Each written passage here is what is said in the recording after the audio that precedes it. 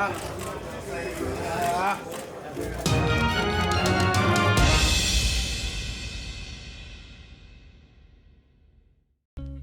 you want to know 7 reasons why Andy Ruiz Jr. gives Anthony Joshua problems in their upcoming fight? Don't touch that dial.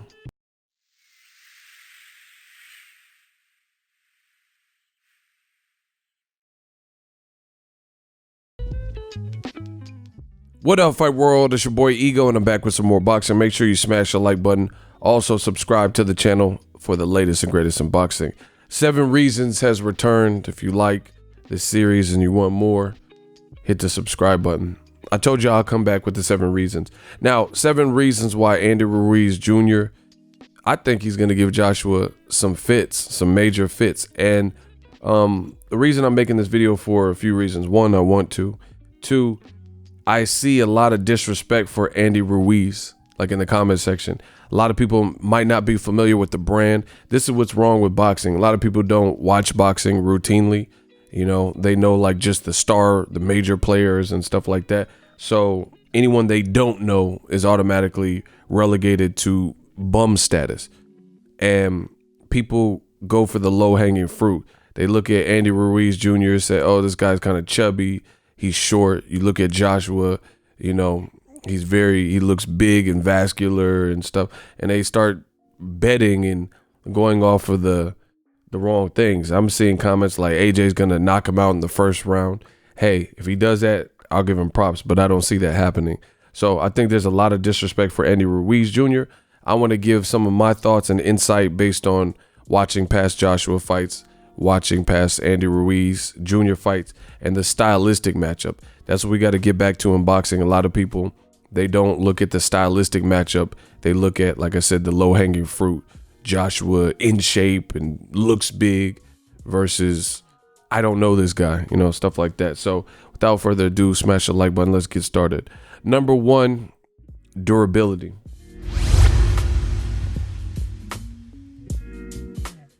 And that's for Andy Ruiz Jr. Watching Andy Ruiz Jr., I think he's a durable guy. You know, you look and take a glance and meander over to his record. He has a total of 33 bouts, and he's never been stopped. His sole loss. See, it's easy for people to just go online and, you know, look these things up, but the internet and social media and information at our fingertips has made a lot of people lazy. So they just, you know, skim through it and try to read the cliff notes. Like, oh, he already lost. Who is this guy? But he has 33 fights. If you actually watch the fight with Joseph Parker, he fought in Joseph Parker's backyard. A lot of people thought he beat Joseph Parker, and they fought in Auckland. They were in like, you know, close to where Joseph Parker was from. They were in like New Zealand or something. You know, and he's from either New Zealand or Australia, one of the two. So it was a close contested fight. A lot of people thought Andy Ruiz Jr. pulled it out. So just merely looking at someone's box rec or Wikipedia can be confusing. I have not seen, I know Anthony Joshua has power. I haven't seen Andy Ruiz really badly hurt out of all the names that he's fought. So to me, from what I've seen, looks like he has a beard and he looks like he's durable. And he comes to bring it. And, you know, he has that Mexican-American blood. And I look for Ruiz to be able to take a shot. But aside from just taking a shot, he has some head movement in there. And he's kind of crafty. So I don't think he's going to stick his chin up in the air and then look to take Joshua's, you know, most threatening flush shots. I think he's going to try to be crafty. So I think the durability of Andy Ruiz is definitely something to consider.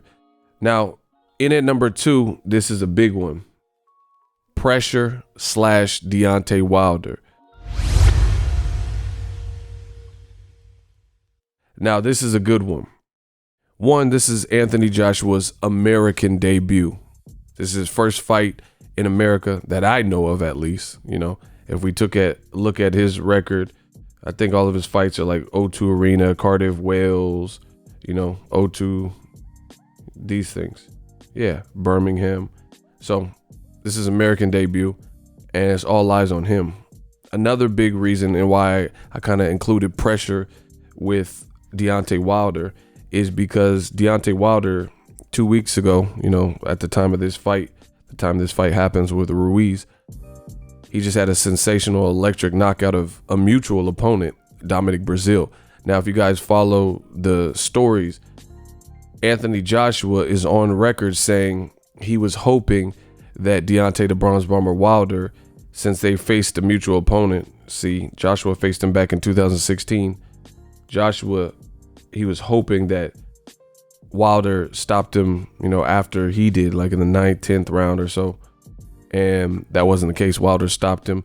He admits in recent interviews that the knockout was nice and it was set up perfectly and it landed perfectly and it was impressive. So I think all this brings additional pressure. You have Joshua, a UK fighter who's a star, and they're telling us that he's a huge American star even, and the biggest star in world boxing. This is his American debut. You don't have the hometown crowd, even though according to Eddie Hearn, there's a lot of people who are traveling. Still different being, in locations that you're familiar with versus you want to do things right, and I think if Andy Ruiz goes in there and shows what I've seen from him in the past, that's going to create frustration and is going to amount and become worse for Anthony Joshua, because you have a guy who had minimal time to prepare. Andy Ruiz had about 5 weeks to get it together because, in case you guys live under a rock and don't know, his original opponent, Gerald Big Baby Miller, failed a drug test with multiple drugs in his system. So you have a guy that doesn't necessarily look the part. He looks, looks chubby to people.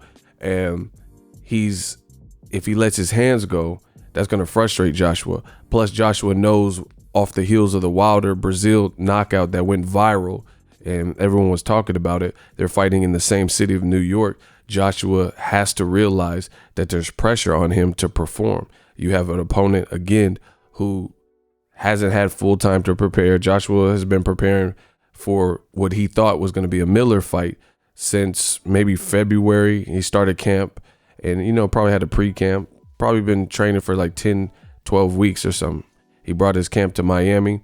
So if Ruiz starts getting off combinations and things like that, I think that's going to frustrate Joshua because he knows he has to look good here, both with the pressure from Deontay Wilder and the fact that it's his American debut. Also, Wilder just dropped the bomb yesterday and said he's fighting Luis Ortiz. So, he has to think about kind of his future and what is he going to fight, because there's pressure to fight Wilder. Wilder's already fighting somebody. So it's just a lot of distractions and a lot of stuff going on. And I think Joshua needs to look impressive. Will he put himself in a compromising position, trying to force a knockout, because he feels he has to outdo Wilder's Breazeale first round knockout. He's trying to excite, because Wilder himself said in the Tyson Fury fight that, he was caught up in the moment trying too hard for the knockout because it was his first pay-per-view. So even though Joshua is an Olympic gold medalist, very experienced, in terms of, as a pro, I still feel like there's a lot of pressure on him and people deal with pressure differently. I've seen guys like Floyd Mayweather's probably one of the best at this, dealing with pressure under the bright lights. I do have questions about Joshua's mental fragility. Like, how mentally fragile is Joshua, because he seemed kind of shaken up in certain, like when Povetkin was getting to him, which we'll talk about in a little bit, and other moments. So I want to see if he stays put together, if Ruiz starts landing some shots and he's feeling like he's not performing how he wants to. So I think there's just, with Wilder's performance and everything that I just mentioned, I think there's a lot of pressure. In at number 3, this is a good one. Anthony Joshua's inactivity. A lot of people aren't taking this into consideration. Andy Ruiz, for his part, he just fought on a Danny Garcia card against Alexander Dimitrienko, and he stopped him. He couldn't come back out. Dimitrienko had 45 fights or so. That was on the Garcia Granados card. We're already seeing him back. So he just fought on 420. Shout out to all my smokers. He fought on the Garcia Granados card. Also that day was Crawford Khan. So just to put it in perspective, when the night Crawford Khan fought and Danny Garcia, Granados fought, Andy Ruiz Jr. just fought. And he's being brought in, late minute, that type of thing. However, for Anthony Joshua, he hasn't fought since Alexander Povetkin, who was his mandatory. He beat Joseph Parker in a unification in March of last year. And then he had some type of negotiation with Deontay the Bronze Bomber Wilder. It really went nowhere. I think Joshua's team, Eddie Hearn, Barry Hearn, and Joshua were playing games. They refused $50 million. Bottom line is he ended up fighting Povetkin in September. So if you take a look at it, he hasn't fought, and this is important, he hasn't fought since September 22nd, 2018. If you remember, Anthony Joshua said he was going to fight April 13th. He was like, oh yeah, we have Wembley, April 13th, and I'm fighting Povetkin in September. That was the original game plan. But apparently, according to them, Dillian White, he, outpriced himself and this and that. So he didn't end up keeping the Wembley fight date in April, and they pushed it back to June. So Ruiz has actually been in the ring. This is interesting. Boxing, there's a lot of factors that go into it, and timing is everything. That is definitely one of them. You look at Errol Spence, who's a great fighter. He fought Kell Brook. Kell Brook was the one who had medical, and that's another Eddie Hearn fighter. At the time, the mandatory was Errol Spence. Kell Brook was the welterweight champion, and Kell Brook just fought Triple G, and then he had a damaged orbital, so he got a medical extension, and it kept Errol Spence on the sidelines, not getting to fight him because he wasn't going to fight someone else and then, maybe potentially risk his spot. So he just waited for Kell Brook to heal up so he can challenge the champion and, fulfill his duty as a mandatory, right? So the bottom line is he had to wait for Kell Brook to heal from the Triple G fight and an injury sustained to his eye, and then he gave Kell Brook another injury on his eye. But that timepiece was about 9 months. This is about the same type of gap in, it's just like a job for fighters. This is the same type of gap in employment for Anthony Joshua. He ain't fought since Povetkin, So that's telling. Ruiz just fought on the Granados card, so he might be sharper and he just got through one camp, rested a little bit, and then he was right back at it. Joshua, yes, he's in shape, but he ain't fought since September. So we'll see how he reacts when he gets punched by Andy Ruiz. In at number 4, Anthony Joshua struggles with smaller fighters. Now, I've followed Anthony Joshua's career, and I feel like when he's 6'6" himself, when he's in there with some of the shorter guys like the Carlos Takams, Alexander Povetkin, they've been a bit more squirrely and fidgety. Even Joseph Parker, these guys are, 2 inches or greater shorter than him.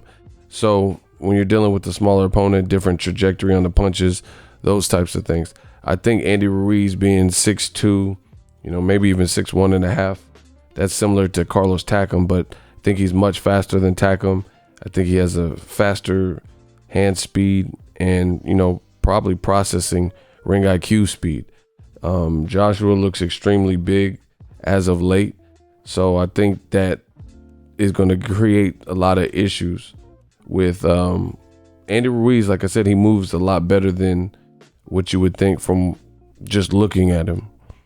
And Joshua in the past, again, with the Povetkin fight, also the Takam fight, Joseph Parker, those are all hard fights for Joshua. There was like a headbutt in the Takam. So he's just running the risk of things like that. Maybe an accidental headbutt, head clash, guys being squirrely. And I don't know, I just have seen a pattern with Anthony Joshua against the shorter guys, the guys who are considerably shorter, guys 6'4" and up, like Dillian White and the other past guys. Klitschko 6'6". He seemed to do better than them. But the Povetkins, who lost to Klitschko, he seemed to have a little bit more issue, and you can get accustomed to, I don't know who he's bringing in for sparring and stuff like that, but you can get accustomed to fighting bigger guys. And then if you're used to fighting guys about your height and your size, And then you're in there with someone a lot smaller, a guy like Andy Ruiz, that can create some issue. In at number 5, stamina issues. Important. Anthony Joshua, from what I've seen, he's big. And for this particular fight camp, he looks really big. Like he at the media day, he just looked big and brawny and brolic. He looked like he was slimming down in his past 2-3 fights, and then now he looks big again. He looks about the same size that he was for the Klitschko fight. But if you remember, in the Klitschko fight, Anthony Joshua, he fatigued. He hurt Klitschko, couldn't do away with him. Klitschko got back up, showed immense heart, and started bringing the fight. Even in the round that he got dropped, Klitschko started winning a lot of the last 35 seconds of that round. Then the very next round, I think, Klitschko dropped Anthony Joshua hard, and then he started taking over the fight and outboxing Joshua. It took Joshua several rounds to recover. And this is not the first fight where I've personally seen Joshua, kind of like Canelo in the Jacobs fight, and Canelo when he fought Triple G, especially in the first fight. He seems to have these stamina issues and these lulls. I've seen it for Joshua in a couple of fights. The Klitschko fight, he looked like he kind of got winded in the middle rounds. Carlos Takam, he was winning. He was, definitely the man winning the rounds, but he seemed, his pace seemed to slow in the middle. Andy Ruiz has a good volume of punches, and he's a good combination puncher.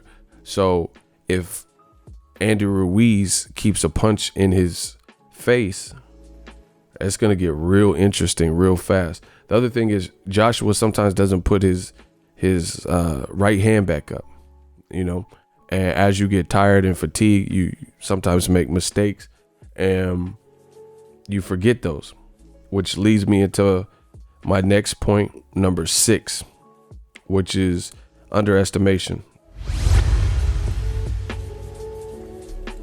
This one's pretty self-explanatory. Andy Ruiz, he's a guy who had half of a camp because Gerald Miller was the initial opponent, and he's the guy who doesn't really look the part. Joshua looks the part. He's a guy who already lost to Joseph Parker. Again, if you watch the fight, you could argue that he beat Parker, but as it sits, that's what it was. Andy Ruiz Jr. used to be signed to Top Rank, and then after the Parker loss, they didn't really do anything with him, and he didn't have too many fights, right? Then he fought 2 times in 2018, Devin Vargas, Kevin Johnson, who's, kind of a veteran with some losses. Joshua also fought him. And then he knocked out again on the Granados Danny Garcia card, Alexander Dimitrienko. So you look at it, he challenged for a title in 2016, arguably beat Joseph Parker. And then he hasn't really had sensational big names. So it's easy to overlook him, all things considered. You look at him, he's not much of a trash talker. You look at him, he's not in, like this Tim Bradley type of crazy shape where you're like, oh, I've never seen people for it doesn't make sense, but people look at people and expect them to look like Thor or like a Greek statue, but that's not what boxing is about. Like, you look at him, you look at AJ, it's easy to underestimate. You see the two body types, you're like, Joshua looks all muscle bound and things like that, but when it comes down to it, Andy Ruiz can scrap. So it's easy to let this fool you. This guy looks way bigger, Dimitrienko, and he stopped him, right? And I'm not saying that Joshua is Dimitrienko, but I think a lot of people, by the fight's end, Ruiz will have more fans than he began with. So I think it's easy to underestimate, and kind of look past. Joshua has a American debut, bright future, potential fights on the line with Deontay Wilder, Tyson Fury, or whoever they try to match him with. So I really feel that, he might be looking at Andy Ruiz like, oh yeah, he said he's not underestimating him, but you look at him, he's not a trash talker. He's not in this craziest shape of any heavyweight we've ever seen, those types of things. So I think it's easy.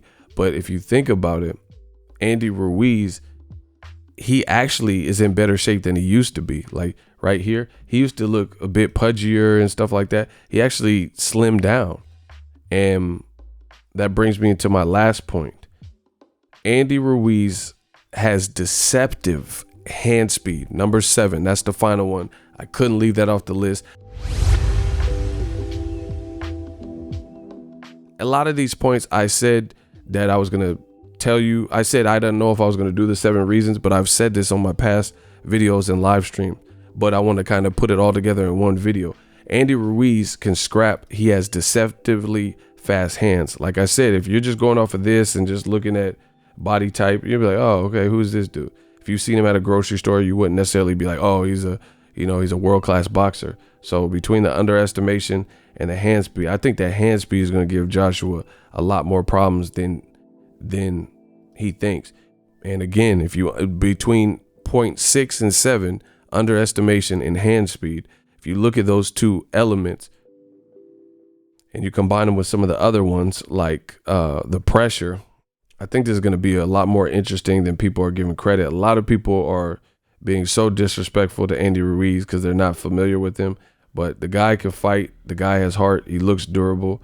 You know, if I'm right, I'm right. If I'm wrong, I'm wrong. But everything I've seen, I think this is going to be actually a good fight. And he could pull off the upset. You know, the only reason why I'm not making this into an official prediction video is he doesn't have a full camp.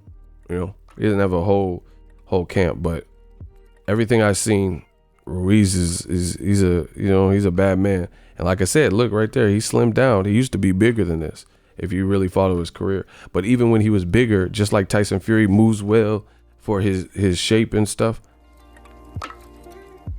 Ruiz is nice with it. He got hand speed. He picks off his shots well, you know, got some head movement, slips some shit. And I also provided, this is the 7 reasons, but I want to give you guys some additional reasons why I think this is going to be a tougher fight than a lot of you guys are giving credit for. So the runner up, you know, additional honorable mention, smaller guys. I told you guys about this. Andy Ruiz is shorter than Anthony Joshua. It's very apparent. I haven't really seen him do a face-off yet. They'll probably save it for later in the week. And it's apparent, though. He's listed at 6'2". Joshua's 6'6".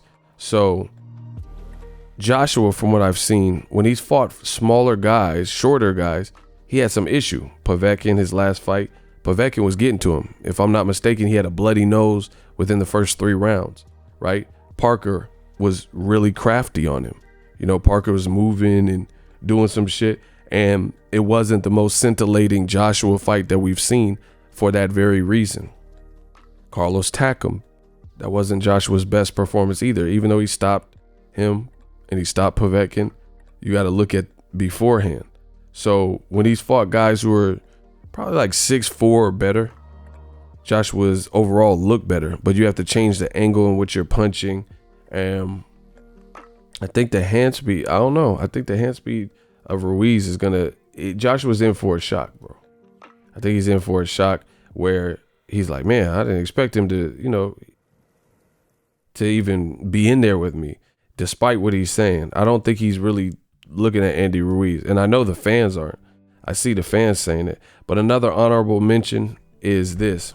Andy Ruiz has nothing to lose. What does he have to lose? He was brought in on 5 weeks notice. He's expected to lose. He's the guy who doesn't look like a G.I. Joe, you know, in terms of his body type.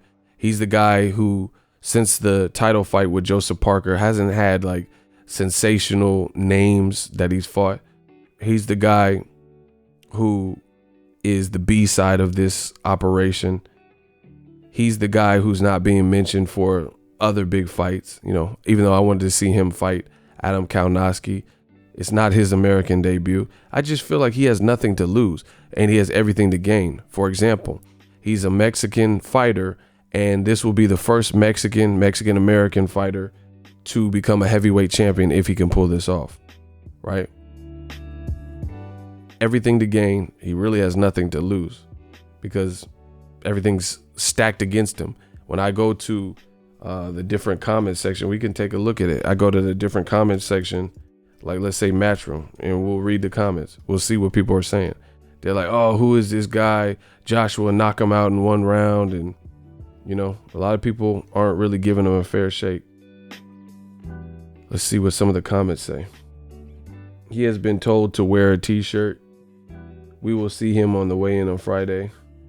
Don't sleep on this guy. Looks more a big baby than Miller. See, the big fella from Operation Repo. People making jokes and stuff. Man is getting it. Nice guy. This guy gets battered. He's getting weighed in if it goes past 5 rounds. See, that's what I'm saying. Everybody's sleeping on it. What does he have to lose? People are like, oh, Joshua looks buff. Look at, he's the face of boxing, collecting money from the vulnerable, collect from a real tenant. Oh, wow. Paying the crowd. You are nobody. AJ in America. Legs thicker than Wilder's ego. Everyone's just like thinking it's the Joshua show. Yes, he's American debut. The king has arrived, looking fierce. You see the comments. So we'll see. But I think Joshua has everything to lose, and Ruiz doesn't really have nothing to lose. Even if he loses, if he gets knocked out, he just came up on a couple mil. So, he'll be laughing to the bank. But I think it's going to be an interesting fight, and I think it's going to be a hard fight for Joshua, much harder. People could be left scratching their head at the end. I don't really know that Joshua could stop him. It might be like a controversial, like Joshua, like Joseph Parker and Ruiz, where people are like, I don't know if Joshua could get knocked down. I'm telling you, Andy Ruiz has fast counters and stuff. So that's my 7 reasons this is a difficult fight. Andy Ruiz challenging Joshua. Another reason why I feel it's difficult, another quick honorable mention, is just the mere fact of you were training for a 317-pound man, and Andy Ruiz is not 6'4", 6'4.5" like Gerald Miller is. He's smaller and he's faster. And he has experience, has amateur experience. As an amateur, he's fought Oscar Rivas, I believe. Oscar Rivas is the one that's fighting Dillian White, who just knocked out Brian Jennings. So he had an amateur career, and you were just training for a different style. Andy Ruiz Jr. brings a totally different style than the guy you were training for, Gerald Big Baby Miller. So I think it's going to be a difficult fight. 7 reasons, the Boxingego way. If you like this video, consider subscribing, smash the like button. We working. We will find out this Saturday. Will Andy Ruiz trouble Anthony Joshua? 7 reasons. I think it's going to be an interesting fight. Let's check it out. Ruiz also has good hooks to the body, good on the counter. The hand speed is going to definitely, I think Ruiz should shoot the uppercut. Joshua, being the taller person, is going to be susceptible to that. Jab, move around a little bit. Just give Joshua different looks. Get different looks. I really question Anthony Joshua's mental fortitude. Obviously he's a fighter. He's doing something that average Joe is not doing. But when the going gets tough, I want to see it. And, there are sparring stories about David Price and other guys dropping him and hurting him, Daniel Dubois, and, questioning. So if he's in a position where he has to come from behind, or it's his American debut and he gets embarrassed, I got to see how he reacts to that. For example, a person I trust, to make the right decisions in boxing, Floyd Mayweather. Look at the Shane Mosley fight. Those were telling moments when Shane Mosley rocked Floyd in the second fight. True veteran, because he started arguably winning. He got hurt twice in the second round. He arguably started winning the back half, before the bell end of that particular round. Same thing with Andre Ward. He fought Kovalev, and then he got up and got better. He got dropped hard in the first Kovalev fight. He said he wasn't really hurt, but he looked, he got him to smile, but he looked a little bit rattled. And he made educated grown man decisions. Joshua, if he gets dropped and he's embarrassed, like, oh, damn, this 6'2" dude just dropped me in front of my American debut in this crowd. And, Eddie Hearn said 8,000, 10,000 people are going to come from the UK. I want to see how Joshua does that. Getting dropped by Klitschko is one thing, because it's Klitschko. He's your height. If anything, Klitschko looked a little bit taller, with shoes on and stuff, than Joshua. And he's big and he looks the part. So there's not as much shame in that. But if Andy Ruiz, is landing flashy shots or, landing flush and like jarring your head back and has you on the ropes and getting off combinations and or drops you or something, it's going to be a different situation. I want to see how Joshua would even handle that. But we'll see how it plays out. Drop your thoughts in the comment section. 7 reasons we working. So if you enjoyed this video and want more content like this on the channel, you can show your appreciation by going to the PayPal donate button or the YouTube support button, and you can donate any amount that you feel is equivalent to the value of this video. Much more to come. Thank you guys for your support. Boxingego, the future of boxing.